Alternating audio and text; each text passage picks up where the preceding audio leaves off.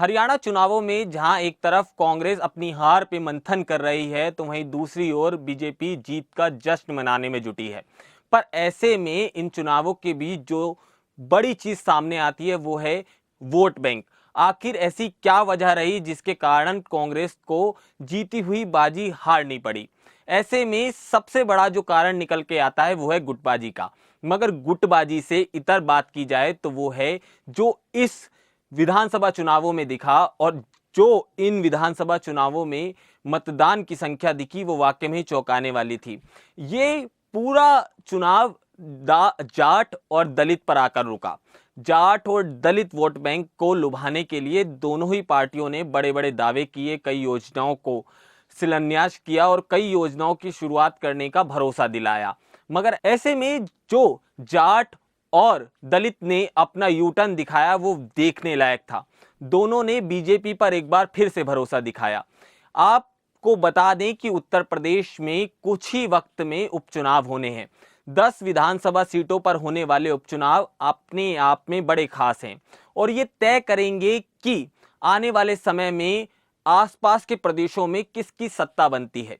ऐसा हम इसलिए कह रहे हैं क्योंकि ये चुनावों में तय होगा कि दलित वोट बैंक किस ओर जाता है। आपको बता दें उत्तर प्रदेश में जो दलितों की संख्या है वो 21% है। 21% लोग बड़ी भूमिका निभाते हैं अपनी सरकार को चुनने में और कहते हैं कि दलित एक तरफा होकर वोट डालता है तो वो प्रदेश की सरकार बना देता है।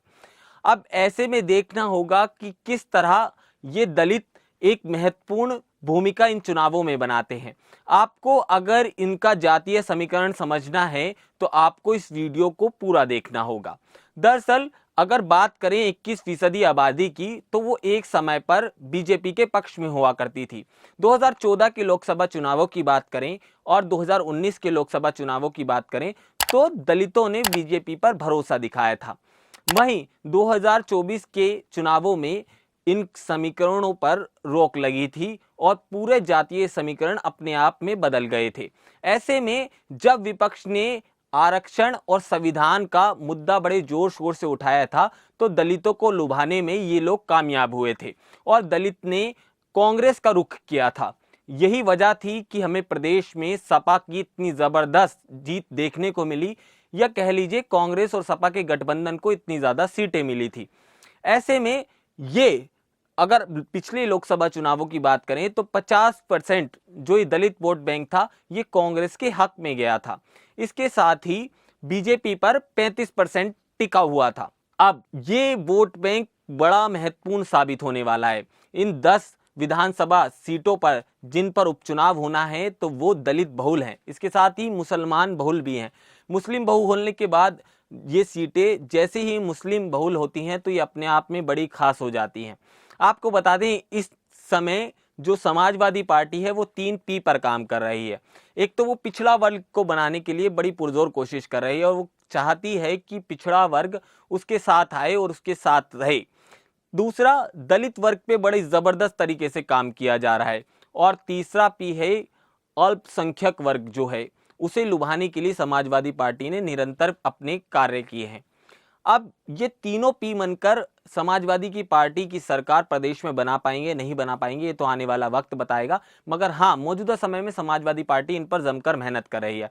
2019 की बात करें तो 41% वोट बैंक जो दलित वोट बैंक था वो बीजेपी के पक्ष में हुआ करता था। तो अब मौजूदा चुनावों की बात करें 2024 में जो लोकसभा चुनाव गए हैं तो उसमें 41 से घटकर 35 ही रह गया। इसके साथ ही पिछले चुनावों में जो इंडिया को दलित वोट बैंक पसंद करता था वो मात्र 10% था। मगर इस बार पिछले लोकसभा चुनावों की बात करें तो इसमें कांग्रेस ने जबरदस्त उछाल किया है और अब वो 10% से बढ़कर सीधा 46% हो जाता है। ऐसे में दलितों को लुभाने के लिए कांग्रेस अभी तक कामयाब साबित हो रही है।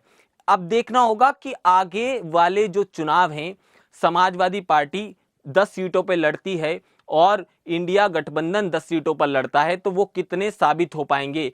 और दूसरा, बीजेपी के लिए ये एक बड़ा चैलेंज होंगे क्योंकि लगातार निषाद पार्टी भी 2 सीटों की एनडीए से मांग कर रहा है। और रही बात जो सूत्रों से आती है तो कहते हैं कि 9 सीटों पर बीजेपी खुद चुनाव लड़ेगी और 1 सीट आरएलडी को देगी।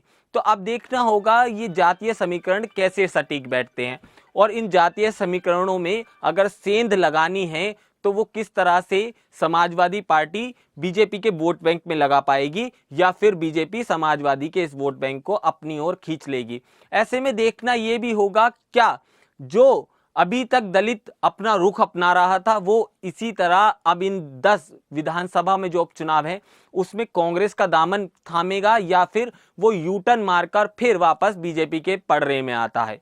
और अगर वो बीजेपी का दामन थामता है तो उसके लिए कितनी सुख सुविधा मुहैया हो पाती हैं और कितनी योजनाएं दलितों के हित में आ पाती हैं। अब ऐसे में सबसे बड़ा सवाल जो है वो ये है कि ये पूरा दलित वोट बैंक मायावती का है। बीएसपी का कोर वोट बैंक दलितों को कहा जाता है। ऐसे में मायावती इस पूरे वोट बैंक को खोए बैठी हुई नजर आ रही हैं। इसके साथ ही इन्हें लुभाने के लिए मायावती तरह तरह के दावे तो कर रही हैं, मगर हाँ, मौजूदा समय ये बताता है और ये सर्वे की रिपोर्ट बताती है कि दलितों का विश्वास कहीं ना कहीं मायावती से उठा है। अब ये चुनाव इन जातीय समीकरण के बाद बड़े ही दिलचस्प हो जाते हैं।